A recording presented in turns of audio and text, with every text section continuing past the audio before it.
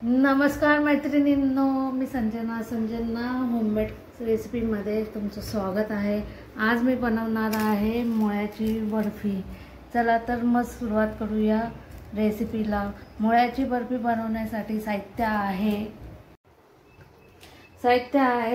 हा 1 वाटी मुळा मी स्वच्छ धुवून किसून घेतलाय, 1 वाटी, अर्धी वाटी साखर आणि 1 वाटी मिल्क पावडर, 2 चमचे डेसिकेटेड कोकोनट आणि 2 वाटी दूध, 2 चमचे तूप आणि वेलची पूड अर्धा चमचा आणि हिरवा कलर आहे, फूड कलर ऑप्शनल आहे, तुम्हाला टाकायचा असेल तर टाका, नाही तर नका टाकू।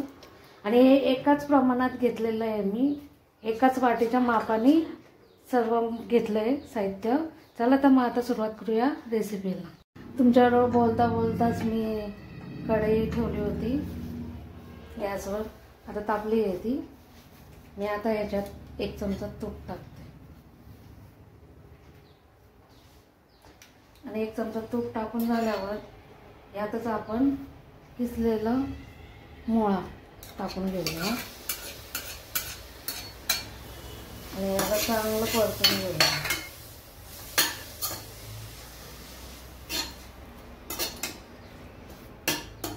चांगला तुपात याला परतून घेऊया। गॅस लो टू मीडियमच ठेवूया आपण, जास्त फास्ट पण नाही आणि जास्त स्लो पण नाही। तुम्ही कधी खाल्ली आहे का मुळ्याची बर्फी? एकदा खाऊन बघा, करून बघा, छान टेस्टी लागते। मी पण पहिल्यांदाच केली आहे, पण माझ्या घरात सगळ्यांना आवडली म्हणून म्हटलं मी की तुमच्याबरोबर पण शेअर करूया ही रेसिपी, म्हणून आज दाखवते तुम्हाला। मुळा चांगला परतून घेऊया। 5 मिनिटं मुळा चांगला परतून घेतला आहे मी। मुळा चांगला परतून झाला की यातच आपण आता दूध घालून घेऊया। एकाच वाटीने सगळं माप घ्यायचं, म्हणजे ना तुमचं चुकणार नाही। मी बघा या वाटीने माप घेतले, तुम्ही छोटी मोठी तुमच्याने जसं होईल तसं घ्या। आता थोडा वेळ आपण हा मुळा शिजून देऊया झाकण लावून 5 मिनिटं। 5 मिनिटं झाली आहेत। आपलं दूध बघा किती छान उकळलं आहे। दूध छान उकळून झाल्यानंतर यात आपण साखर घालून घेऊ, अर्धी वाटी साखर घालून घेऊ। साखर चांगली विरघळेपर्यंत आपण हलवून घेऊया ना। साखर तुमच्या ह्याच्याने टाका, तुम्हाला कसं गोड आवडेल तसं, त्या हिशोबाने।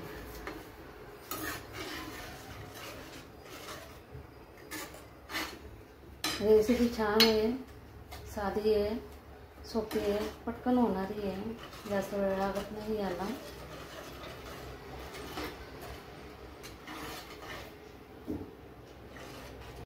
साखर आपली चांगली विरघळून झाली आहे। साखर विरघळली की यात आपण 2 चमचे डेसिकेटेड कोकोनट टाकूया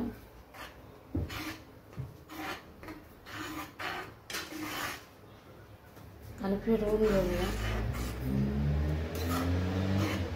डेसिकेटेड कोकोनट टाकल्यावर गॅस थोडा हायच ठेवावा, हाय किंवा मीडियम एवढाच ठेवा। आणि ते चांगलं मिक्स झाल्यावर यात आपण मिल्क पावडर टाकून घेऊ।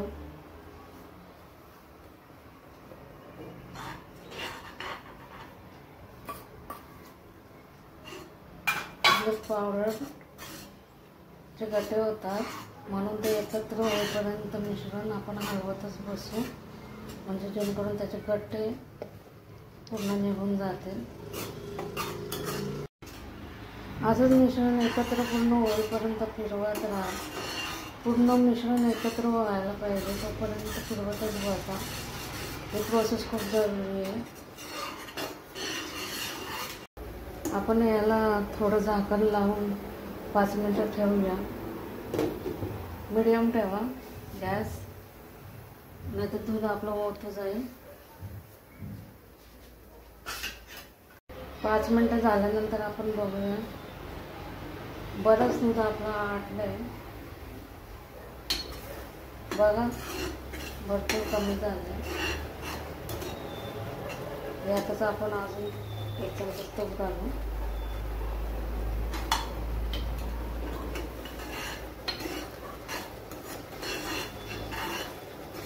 छान लागते ही बर्फी, एकदा नक्की ट्राय करा तुम्ही आणि कसे झाले मला सांगा. यात आपण आता वेलची पावडर टाकूया, अर्धा चमचा वेलची पावडर आहे. बघा किती छान दिसतंय ना.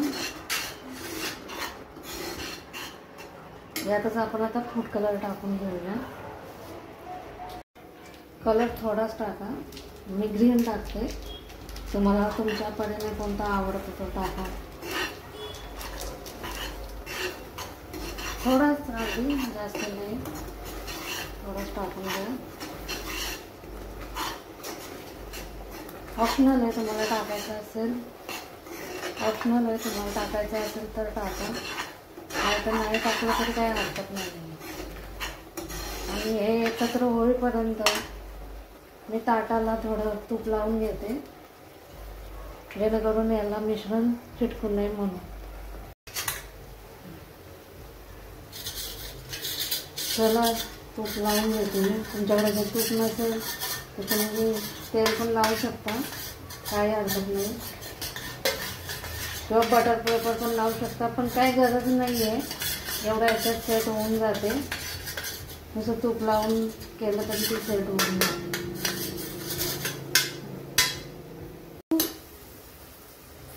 हे बघा आपलं रेडी आहे. आता आपण सेट करण्यासाठी ठेवूया. हे बघा सेट करायला ठेवते मी. काही चिटकत वगैरे नाही, काही नाही, काही प्रॉब्लेम नाही आहे. छानच होते ही. फक्त काळजीपूर्वक हलवत बसा, व्यवस्थित परतत बसा, काही प्रॉब्लेम नाही आहे. आणि याला आपण ना 1 ते 2 तास सेट करत ठेवूया. मी जरा नवीनच आहे यूट्यूबवर, तर माझं काही चुकत असेल बोलताना वगैरे तर प्लीज मला सांगा तुम्ही कमेंट्स करून की मी कुठे चुकते, म्हणजे तसं मी प्रयत्न करेल अजून व्हिडिओ बनवण्यासाठी. जेवढं शक्य होईल माझ्याकडनं मी प्रयत्न करेल चांगला व्हिडिओ बनवण्याचा. चला तर मी आता याला फ्रीजमध्ये सेट करण्यासाठी ठेवून देते 2 तासासाठी. चला तर पाहूया आपली मुळ्याची बर्फी सेट झाली आहे का. सेट झाली आहे. आता मी तुम्हाला कटिंग करून दाखवते.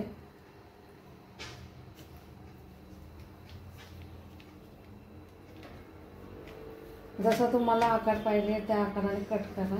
मी स्क्वेअर शेपने कट करते.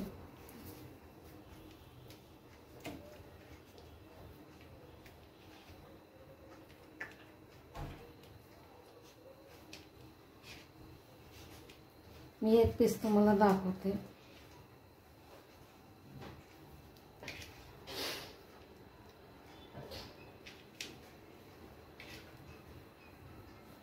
बघा सेट झाली आपली मुळ्याची बर्फी. नक्की खाऊन बघा आणि नक्की एकदा सांगा मला कशी झाली आहे मुळ्याची बर्फी. तुम्हाला नक्की आवडेल आणि जर तुम्हाला आवडली असेल तर प्लीज मला कमेंट्स करून सांगा आणि प्लीज मला लाईक, शेअर आणि सबस्क्राईब करा. बाय.